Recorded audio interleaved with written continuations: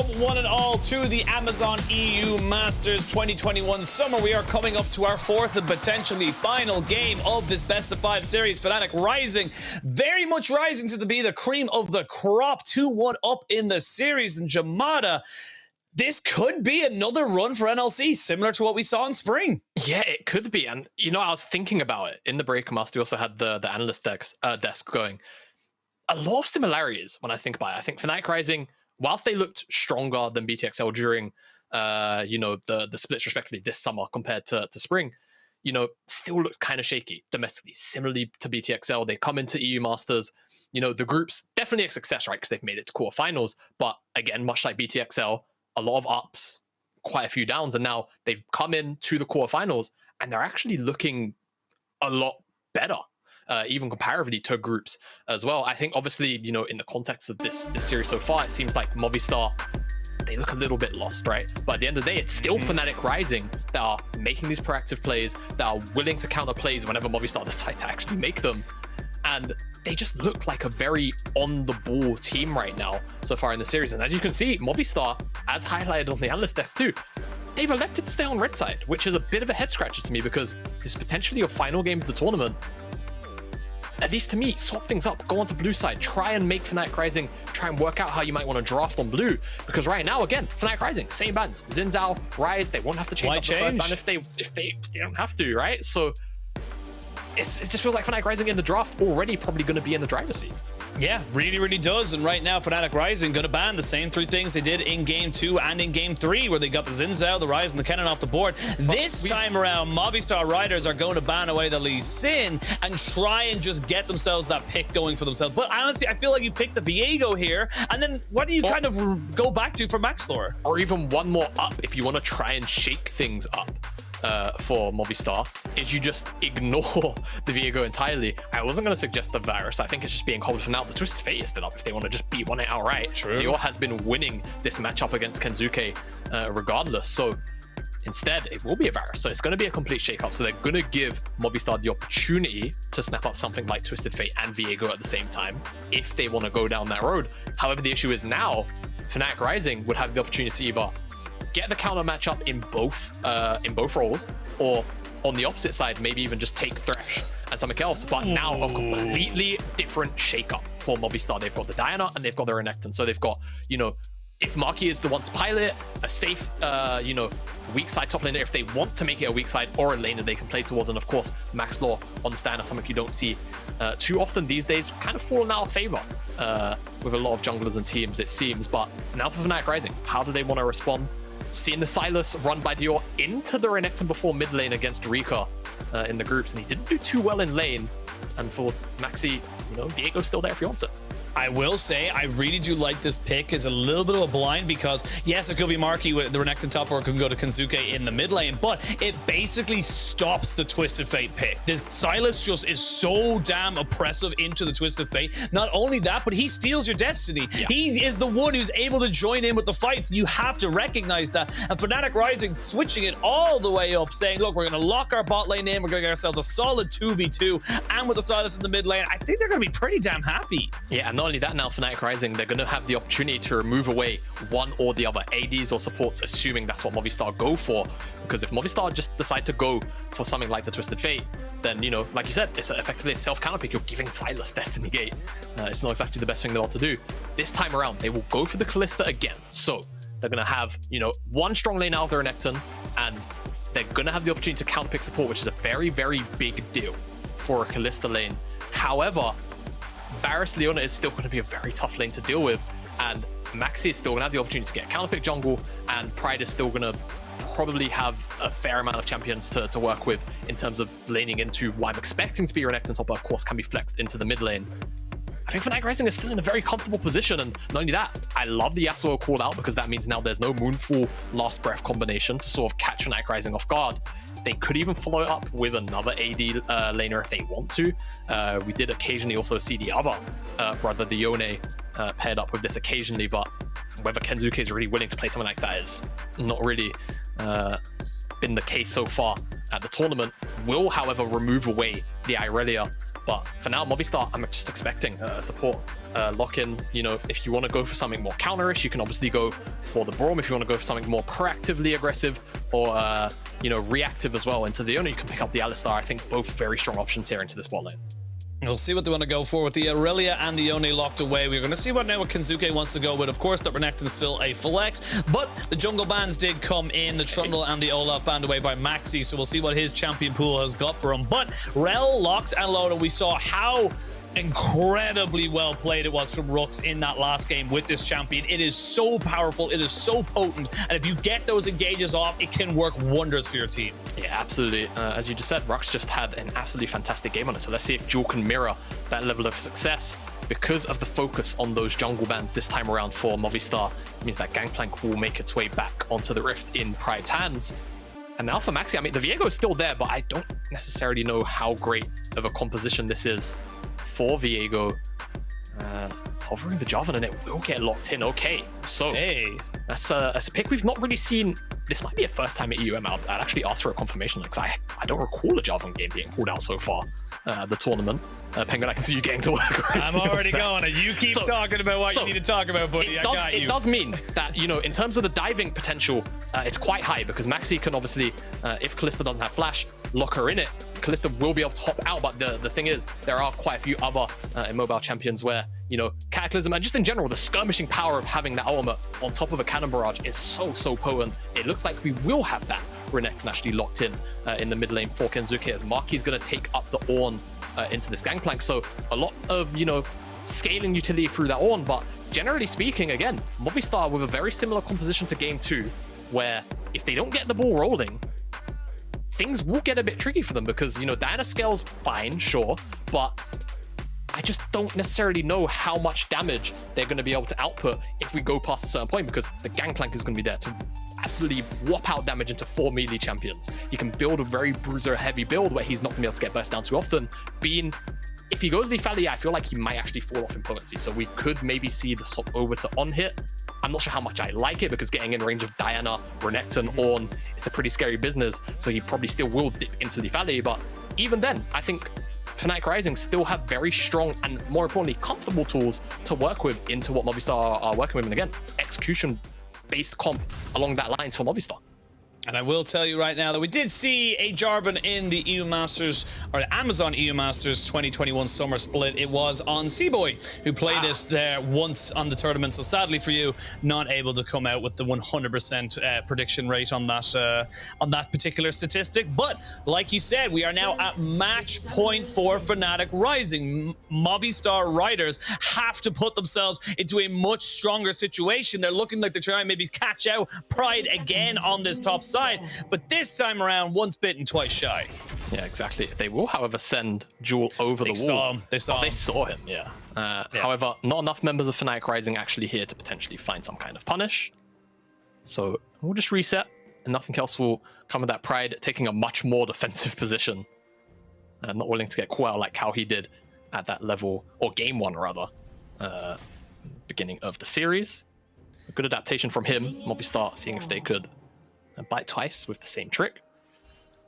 But Fnatic, I mean, again, I think the last time we saw Dajor on this matchup in Turika, it didn't necessarily look too positive, and what actually salvaged it. Oh no, he was on the reverse. What am I talking about? He was on the Renekton. Yeah, I was gonna say, I was like... Yeah. No. Okay, so I take back my point from earlier. If he's taken a couple of notes from Rika, maybe he'll be able to pilot the lane a little stronger. I apologize for that. Poor memory when it comes to it. What, 17, 18 regions, something like that within the ERLs. Everyone has all their teams. There's 24 teams. It's a lot of Amazon EU Masters to get through. We can excuse the 1 or 2 mistakes. Yeah, there you go. Thank you, Penguin. I appreciate it. No problem, man. No problem. I always got your back. I don't like that hip brain guy. You know, I don't like you hanging out with him. I don't like you hanging out with him, man. Stick with me. We'll go places. Sorry, that felt mean. I'm sorry. You know, if Jake's watching this or he hears this back, he's gonna feel very upset. But focusing back in on the game, seems like both these junglers are going to be pathing down towards the bottom side, and I kind of get it. It's the Kalista lane. We'll see whether or not Maxi will feel comfortable to maybe beeline back up to the top side, because he should have priority out of the Pride lane to try and secure him Skull, whereas this Kalista Rell lane on the opposite side is definitely going to be getting the lane shoved in. Maxlore going for the full clear to make sure the Krugs are on cycle and on rotation ASAP. He'll be making his way down to the blue side quadrant. So I'm looking at MAXI actually more, especially on a champion like Jarvan, where, you know, traditionally it's more about that early game action, right? Trying to find lanes to punish immobility with that flag and drag, and eventually with the Cataclysm.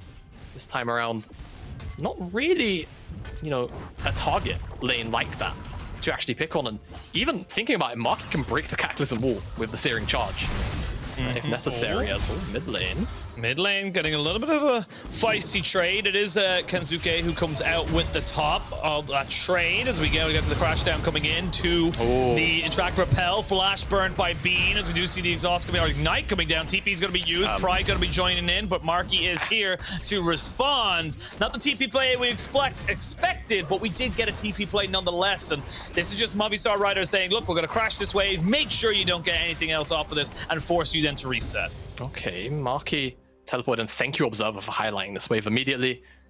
Definitely a positive one for Pride. It's going to shove into him, so Marky will lose more out of this teleport exchange, all in all. Pride, however, didn't get a Sheen base, so he's going to feel a little bit bad about that, but it's Bean that had to blow Flash on the bottom side. When I saw the teleport, I expected it actually to be the Sylas's more than anything. You will very rarely see Gangplanks teleport to skirmishes before they have, you know, an item, or unless it just makes perfect sense. Does, however, stop the potential all-in from Venzer and Jules, so you can still, at the very least, kind of call it a neutralized play. Now we see now Duel going in, just trying to see if he can make sure that this wave gets crashed, and XKenzuke will be able to get his reset off. So Dajor not able to make that one stick. And like you said, this top side, despite both teleports coming out from the top laners, it is about a 7, probably going to be a lot more, probably a 15 CS lead coming in now for Pride once this wave does end up pushing in. And oh, he's going to be able to hold it right just before the turret as well. Marky's going to have to put himself in harm's way to make sure that this turret crashes. Look at Rhuckz as well, beelining straight up here, potentially. Is going to actually stop at the halfway mark. Seems like they understand the wave too big. Pride probably wants to farm it up as well. And this wave a little more valuable than committing too many members where Pride might miss the wave. A smart decision either way. But you could see, like you say, the CS lead going to widen in that top side. Pride definitely winning out because of that teleport at level 3. And Maxlore silently been farming up all the while, already level 5. Of course, got the secondary spawn Krugs as well, so that's going to help him out. Oh, see a bit of a trading in the top side there. Marky able to get the knock up of Pride with the oranges, so he'll BK as Maxi's just farming himself off. And both these junglers do want to get their level 6s going. The Moonfall, incredibly powerful ganking tool for Maxlore. Of course, the Cataclysm for the Jarvan is just going to be just as good. So see now Maxlore, maybe see if he can stick away some of these camps, steal them away from the side of MAXI and reestablish himself as the better Max, but he's caught on a ward. So MAXI is going to stick down in this bot side. They are rotating down. They know there's 4 members here. What's going to happen? They're going to 3v2 this one. They're going to try and 3v2 this one. They're going to try and maybe use Bean as a little bit of a bait as they go with a double knock up. They're going to try and get the damage down. Maxlore goes forward. They get the crash down on top of him. First blood going over to Venzer. They are not able to get the cannon barrage down in time. It ends up being a nice trade. Need to be careful here if you're Fnatic Rising. There's a set of play coming out. They're trying to trade this one back just a little bit. Not quite able to make it work. They just want to try and stop this wave from getting any more plates. Yeah, trying to make sure the wave doesn't go to waste, and more importantly, making sure no more plates go over. If I want to call this correctly, I believe Pride was still trying to hit level 6. They had quite a lot of information on that play. I think we'll get confirmation maybe as... Yeah, I just don't think he's got level 6 available, given the HUD. I think he actually hits it as the play starts, so that's why the cannon barrage comes in a little bit late. But I mean, great for Maxlore, it just flashes over everything. As soon as the cannon barrage is available, it looks like it gets called in. So I think that's why it came in, that second layer. And if it comes in as the play's happening, maybe, just maybe, Bean gets away. But I think definitely a bit wishful thinking for the Fnatic Rising hopeful. Nice rotation from Movistar. Finally a little bit of proactivity. It's what we wanted to see out of them. Fnatic Rising have a lot of information to work with, but weren't quite able to counter out the play. Were not able to counter it out. They had the information. They thought they could go for it there. And Maxlore did invest his flash, so was very much using his ability to try and get on top of it. And you can see just how difficult it is for Bean to just kite away from this one as well when he gets caught out. So curious to see how that one will end up going further on, as we will see Dajor and xKenzuke just trading in the mid lane. MAXI just going to take himself the scuttle on the top side, get himself up to level 6. And now that you have the Cataclysm available here to MAXI, curious to see where he puts it, because if you are able to lock someone in with a stolen Renekton ultimate Dominus on top of the Cataclysm, as Dajor knows he hasn't got the summoner, so he's got himself very much put himself back in the turret. Yeah, I mean, must be remembering how it felt to play the Renekton side of this lane. Kind of just recognize with that Kingslayer max, even with the executioner's calling, xKenzuke eats so much damage, but Maxlore is here. Oh, he's here. There's the Moonfall. There's nothing you can do, and that's going to be a very unfortunate timing for Fnatic Rising, but Movistar Riders punishing very heavily and getting themselves right back on the board. Yeah, Maxlore just understands what's going to happen in that lane matchup. Dajor wants to trade heavily onto xKenzuke, so he just stands behind him and just walks in pretty much to find that gank. Now Maxlore finds himself with a level lead over MAXI. Only a very small one though, MAXI almost level 7 himself, and they're going to try and transition this mid lane gank into a Dragon, but it seems like Fnatic Rising, yeah, they just don't seem very willing to give this one up at all. You do have the Fate's Call for Venzer. You do not have the Chain of Corruption here for Beans. So, do they end up fully committing to this one? It will be a 4. Look at Jewel. Goes in. Does not get a track propel down. Doesn't even get the crash down. So, he's forced to flash away. He will not be able to use his engage coming into this one now. Dragon's still down about 1400 HP. Here's the Fate's Call coming out just to threaten. And now it's going to try and run back out. Flash forward into the Zenith Blade, into the hooks. And they're jumping straight onto Maxlore, who has no way out. They jump straight back onto DuaLL. They have a Cataclysm flash forward by Bean. They don't need it. They're going to jump onto Venzer, and that's 3 quick kills for Fnatic Rising. They're not out of this game just yet. Absolutely not. They might lose the Dragon, but they're not willing to let Movistar walk out of that one without paying a price, and pay the price they do. 3 members go down. Fnatic Rising don't really lose too much. Bean had to flash. MAXI obviously flashed aggressively. Honestly, I think you take 3 kills for a Soul Mountain Dragon. As we'll get the replay of it. And also a brief look at what can occasionally happen if you get massive cataclysms off on multiple members. Obviously, this is only just the 1 member, but the cannon barrage on top of it, it just becomes so oppressive for so many champions if they don't have their mobility spells. So later on in the fight, Venzer gets the Fate's Call, and like you say, doesn't really amount to anything. Jewel as well beforehand used his engage tools and didn't really find much. Maxlore just caught in the middle of too many members. And MAXI, as soon as that cannon barrage comes in, the cataclysm is just immediately followed up on. And if, again, Kalista, the only person really that can just dive out of that at will with ores, but the Cannon Barrage will make that a lot harder to actually pull off. Can get very, very potent as time goes on. And again, I still do worry about some of the scaling into Fnatic's composition for Movistar.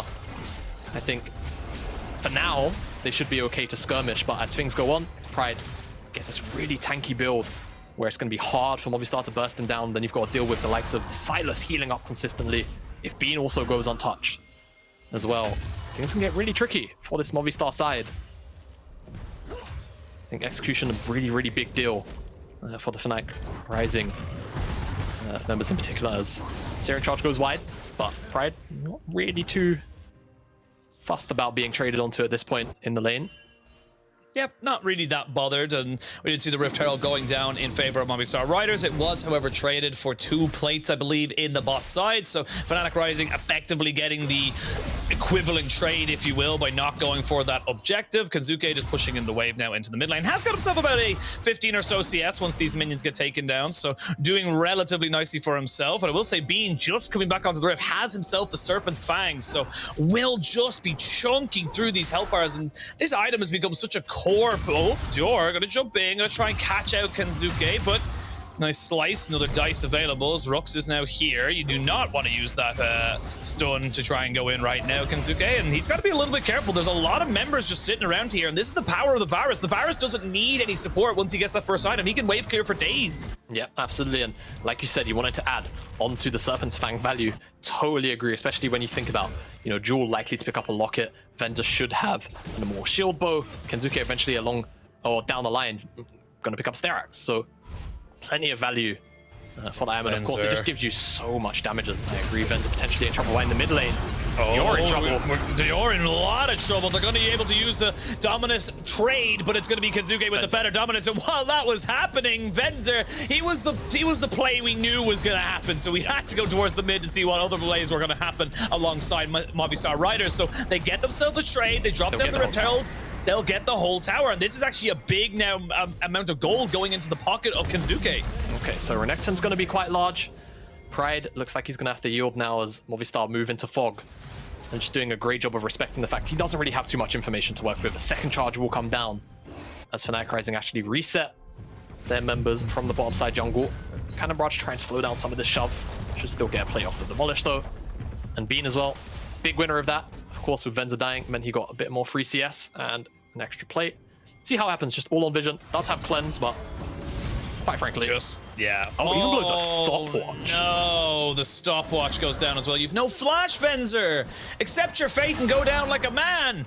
But guess not. He's just going to end up going down. But as I say that, Marky in a lot of trouble, has the flash available to him. Ornn there as well, but he's going to keep everything. He doesn't want to use absolutely anything whatsoever. Pride will get himself his first kill of the game. And now MAXI, someone who's got a little bit underneath our radar, has just been running around this map, owning the jungle, owning the side lanes, and really causing an impact. Yeah, I mean, 2-0-3, 100% kill participation so far for Fnatic Rising. Definitely been the person that's been the catalyst for the plays so far in this game. And as soon as that play was happening on the top side, by the way, Movistar were pinging onto this bottom side tower, but they just weren't really making too many aggressive movements. Now, finally, they have members here, but I mean, xKenzuke trying to solo the red buff, gonna get forced off, and DuaLL and Venzer not able to pressure Bean off that bottom side wave. So the pick effectively happens for free. It gives Pride his Divine Thunder up. I don't think Fnatic Rising will necessarily want to fight this dragon, but I think certainly could. It's just a bit risky. xKenzuke very, very strong right now with that Gore Drinker. Maxlore also has his first Mythic. Well, these teams have both been so willing and accepting to fight on the neutrals, which, given the positioning, is coming. There we go. They're going to go for it. They're going to try and jump on the beam, but this Call of the Forge Guard hits nobody. 3! And Solar Flare! And that's the fight! That's the fight you needed for Fnatic Rising! Movistar Riders have no chance. They'll trade back 1, maybe 2, but no, not quite able to get it. That was C'est Magnifique from Rhuckz. Rhuckz breaks the fight and potentially, to be honest with you, the game open, because I feel like this Movistar composition has to roll over team fights 2-3 times in the mid game to ensure a foothold in it. And Fnatic Rising off the back of that Solar Flare, capitalize immediately. Cataclysm comes down on top of it, bunch of AoE damage. There's just no response from Movistar at all. Let's have another look at this one again. And again, it's Movistar Riders trying to see if they can find somebody, but they just don't get the CC down, and then they're overextended. Yeah, Beam's just too far away. And look at this Solar Flare into the Flag and Drag. It's just too much damage to deal with. And Movistar, they have their eyes set onto Beam. It's tunnel vision in the initial engage, and that's what costs them just about everything. Can't even pick up the Leona on the back end of Diana. As Ornn also falls to Sylas on the very end of the fight end. I don't know, Fnatic Rising with that, it's just gonna slingshot them so far ahead. Several thousand now, almost 3,500 gold ahead. First items pretty much in across the board for them. And it's in my head, only gonna get worse. Gangplank is gonna get much stronger and harder to deal with. He's gonna thrive into a team composition like this. Whereas the items start to come in and the survivability starts to rise. It's just going to get ridiculous. MAXI as well into, you know, full bruiser with this Gore Drinker and Sterax. He's going to love it. Sylas loves fighting into these melee skirmishes as well with the Kingslayer and the extended fights.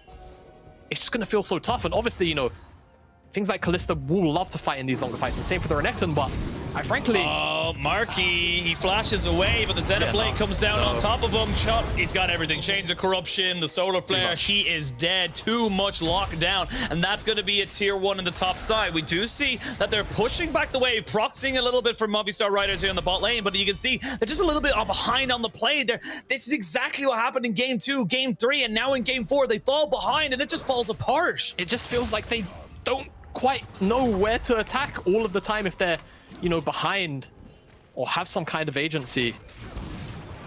And Fnatic Rising, they're just slowly but surely, well, actually, that's maybe the wrong way to describe it. They are very quickly to be honest with you, taking over the map off the back of that team fight. They pick up the top tier one, they pick up a Herald. And I mean, you have to do this. You have to. They understand. Yeah. I mean, Movistar, they understand the position that they're in right now. Try their best to find some kind of cheeky catch, but quite frankly, Pride's like, I have no vision in the bottom side of the map. I'm not going to extend into that. Rhuckz also felt like potentially moving in, but he just says no.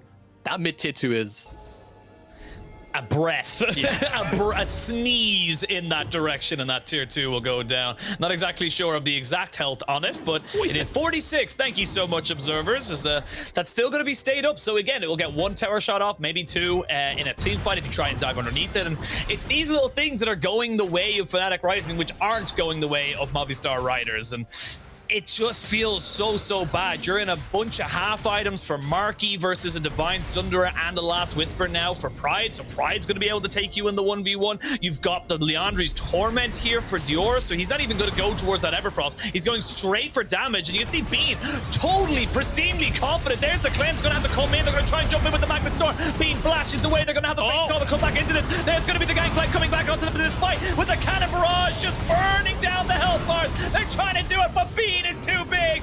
Bean is too strong, and Bean is taking down all these health bars. They couldn't take him down. Venzer is dead. DuaLL will join him in the Shadow Realm, and now Fnatic Rising. Marky gonna try and maybe take one last kill back, but he falls as well. It's a clean ace. Fnatic Rising have everything they could have wanted, and they are getting one step closer to a semifinals. Movistar Riders can't find Bean.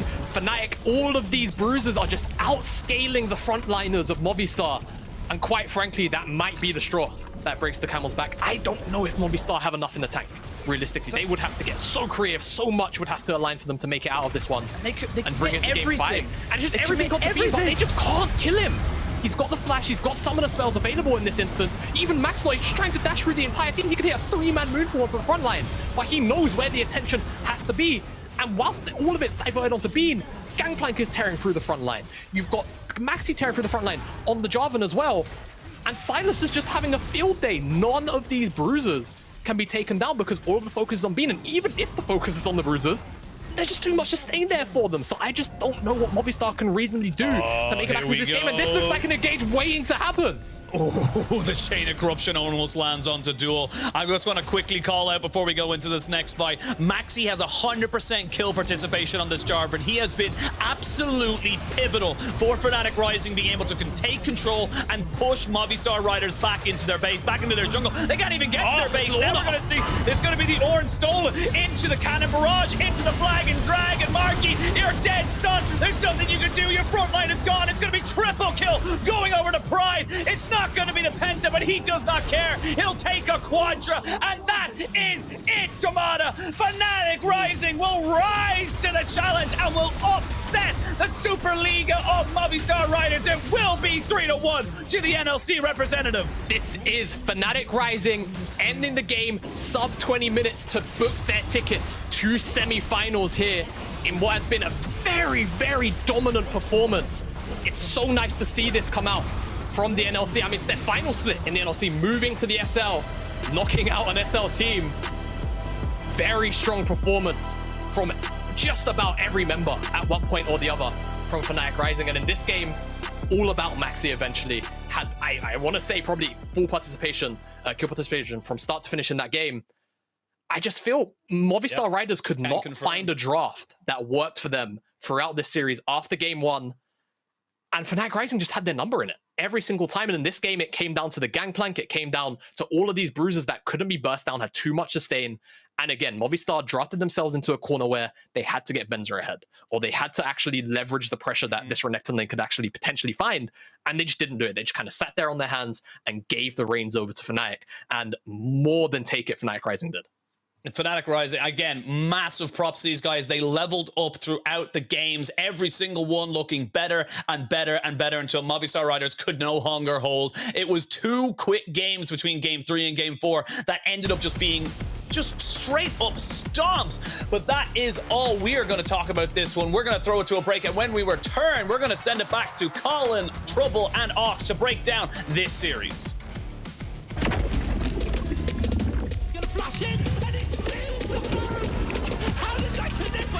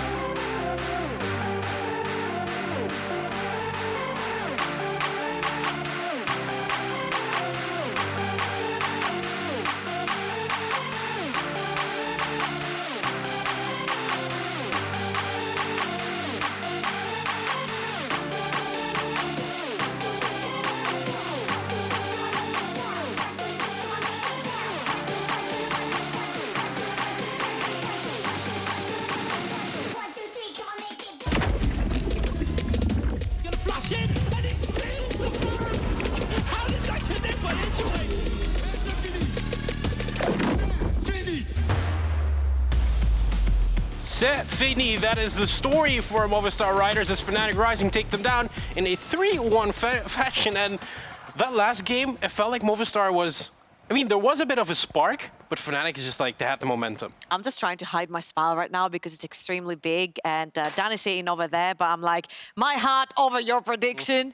And yeah, it felt like Fnatic Rising had read exactly what Movistar Riders wanted to do. Every time Movistar Riders were trying to play their way, which they absolutely did in this particular series. They played through mid-jungle, they managed to snowball, but Fnatic Rising was like, nope, we're still gonna play through our bot side, and if you give our Gangplank a free lane by shoving in an Ornn up there, we're gonna take that too. So guess what? 2 lanes versus 1 snowballing, Fnatic Rising wins. I mean, talking about the Gangplank, Koolein having an interview with Pride any moment now. He had a quadra-kill in that last game, and he hasn't necessarily been the most flashy player in this series, but he is one of the pinnacles within Fnatic, it seems like. I feel like Pride has grown so much playing for Fnatic Rising. I've seen him now 3 or 4 splits playing for the team. And he started as a player where you put him on a weak side, you forget about him, sometimes he would die. But now he's just such a core member for the team. The experience he brings, how strong he is even on a weak side. And of course, if you end up giving him this Gangplank as well, he's just going to end up running you down. And I felt like it was 2 great bans back-to-back for Movistar Riders to ban the Gangplank. But once the Gangplank came back, it was just so influential, especially into the Kalista. Once you put down that kind of barrage, the Kalista cannot move around the map. And not only that, like if you look at these plays on the Gnar, they're beautiful. Yeah. That's all I can say. They are absolutely beautiful. It was one of the main reasons why these fights went that way. And I talked about the quadra-kill.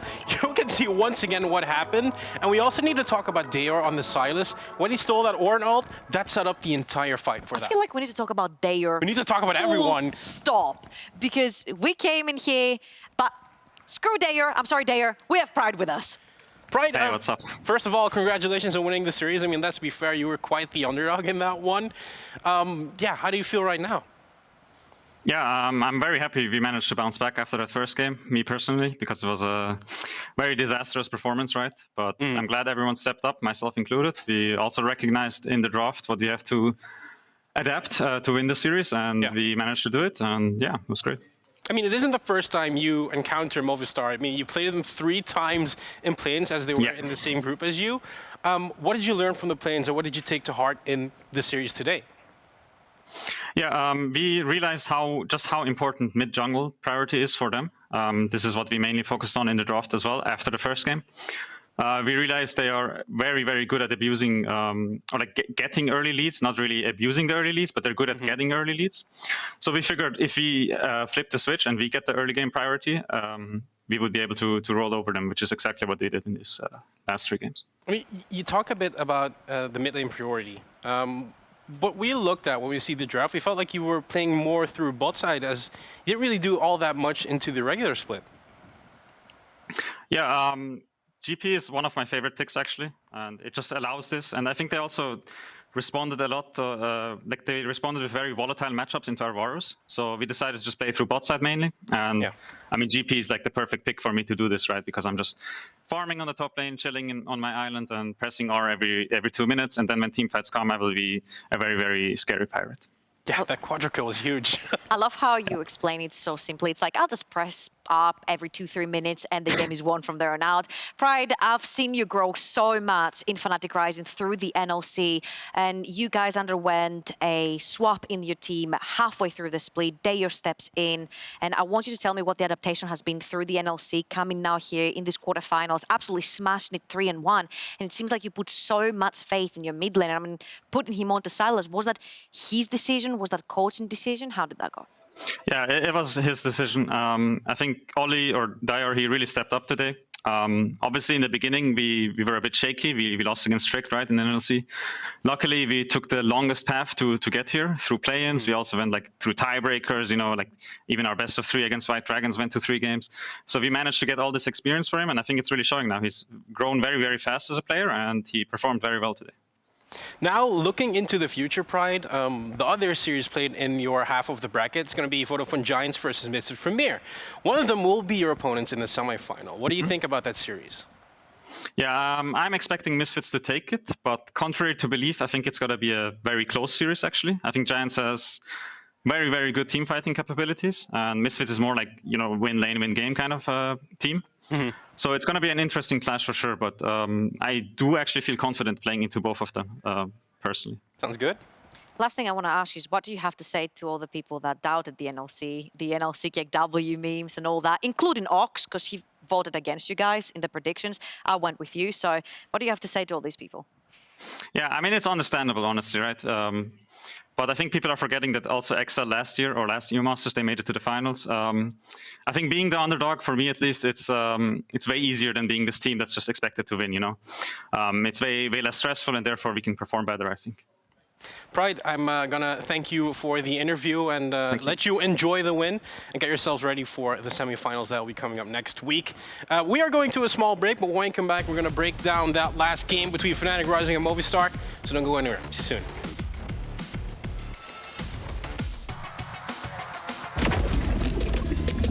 He's going to flash in, and he steals the bomb! How does that connect by entering? As EU Masters champions.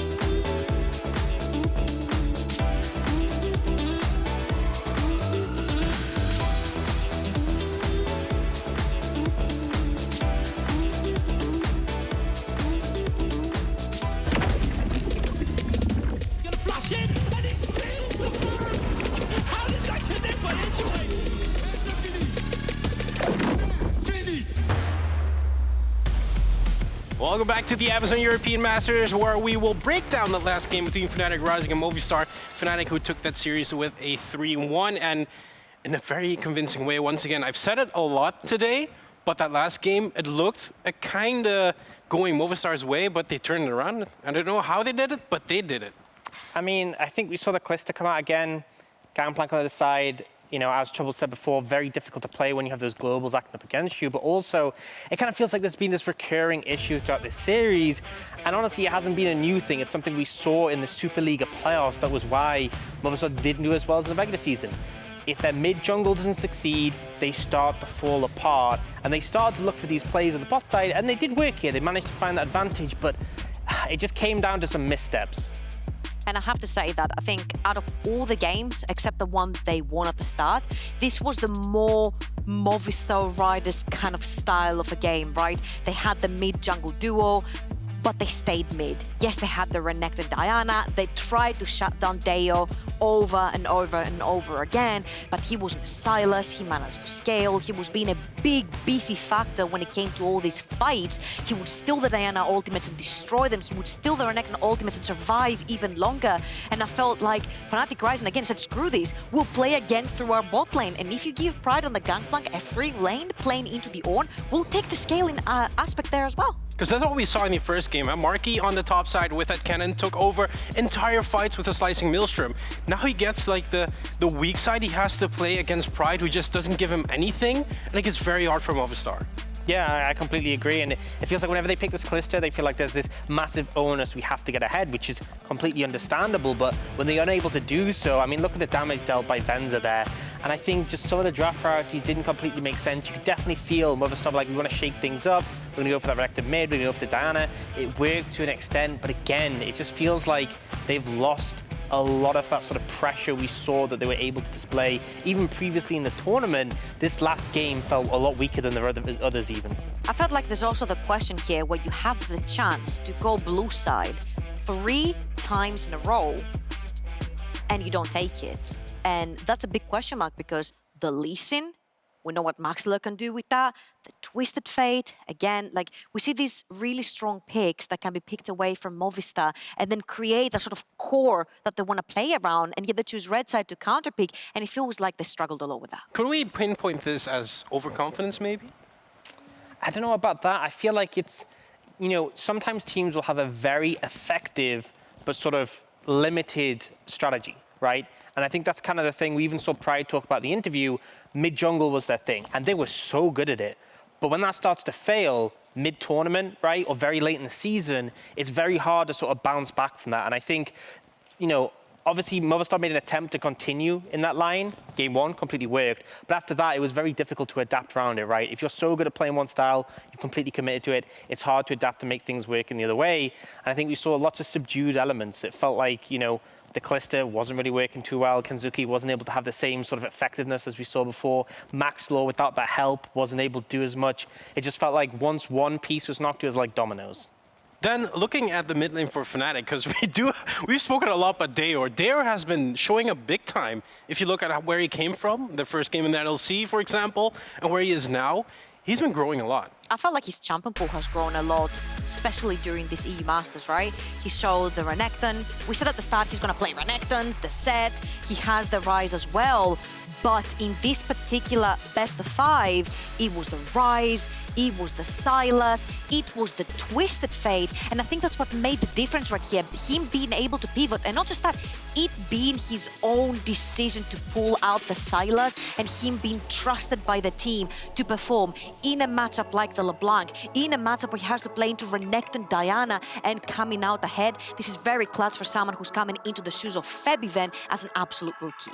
And honestly, I feel like the play-ins did a wonder because it gave them more and more time to develop this player, get him sort of working well together with the rest of the roster, because it was a big shift up late in the NLC season. They obviously didn't end up winning and lost out against Tricked, as you know, Pride was saying, but they had the time to develop and get this player to work with the roster. It feels like he's gone from being, you know, our first performance we saw of him in an LC, he played Seraphine. He was literally like, I am playing the support for my teammates, I'm a role filler. He has developed so much from that. Even I came into this series thinking him and xKenzuke, they're facilitators. That's kind of the role they've been picked up for. He had a lot more agency here, and it felt like he's coming into his own. And considering before he came into the NLC, he was in a 2nd division Prime League team. The jump upwards to be in EU Masters semi-finals, absolutely massive. I mean, even Fnatic is known to be finding rookie talents and then implementing them into their LEC team, right? What better way to do it than Fnatic Rising finding even more rookie talents and then integrating them further up? Now we have to look forward, though, because Fnatic Rising is our first team making it to the semis. We have to find out who their opponents will be. And let's have a quick look at the bracket once again, as we will see what we have in store for them. And they will most likely, definitely will end up against Misfits Premier and Vodafone Giants that will play on Sunday. But looking at what we have tomorrow, Big versus PDW, that's going to be an interesting one as well, because one of the regions will be eliminated. The Ultra Liga sole representative of PDW or the sole representative of the Prime League, Big. Whatever way you've looked at it, the Ultra Liga absolutely dominated 2020 summer with a Go Rogue running everyone over, and they managed to win the trophy then. And Big has won previously a European Masters as well. So whatever way you look at it, these two are very historic regions coming into this season's event, and losing one of the two is definitely going to hurt. And I'm just expecting 5 games, full blood, them both going at it. I think for a lot of people, there was kind of a view that people underestimated PDW. They weren't really the expected winners of the Ultra Liga, and they've done well to make it this far. I think they are a solid team, but it takes more than a solid team to be Big. I think Big are a formidable opponent, but, you know, I kind of said a similar thing today about Movistar Riders and Fnatic beat them out. There's definitely hope there to represent the Ultra Liga, and I think the roster has a lot of strength, but Big have looked very formidable. Where do we pinpoint the strengths, though, in PDW? Shayak. That's a good answer. Oh, why is that exactly? He is a monster. He's a monster. I think Seiken is the sort of only person in the conversation to sort of contest best mid in the tournament. Honestly, he is. Dajor's making a pretty good case for himself, man. You know, Dajor's good, but he's just an absolute monster, honestly. I think, you know, he will be in LEC next year, and if he isn't, it's a mistake, right? I legitimately think this player is so incredibly good. And he's sort of up there with Seiken. And I think, you know, the roster's done a very good job of facilitating him. Even in games where they fall behind, he can be a massive factor. I'm not sure it's going to be enough to beat out Big, especially Rhuckz being very formidable. But I just want to see more Shayak. So if they go through, I get to see more of him. I'm completely happy with that. Would you be surprised if PDW would make it through? Actually, I kind of would. I think Big are coming into this tournament as one of the top 3 favorites alongside Misfits Premier and Common Corp. And if you look at the way they're playing the map, their macro, they're just clean, like C-L-E-A-N, all capital, clean. Their macro is so clean and fast. They're a fast-paced team. They know exactly what they're drafting for, but they also have a bunch of styles they can play around. So it's just so hard to pin them down and say, okay, we're going to beat you that way, because they're going to swap around and bring you something else to the table. But that will have to wait for tomorrow, is that's what we will be having in store. Fnatic Rising once again makes it to the semis, and we'll be watching Big and PDW fight it out as well, and hopefully make it at least one of them to the semis as well. From here, I can say good night, and I thank you for watching and see you tomorrow.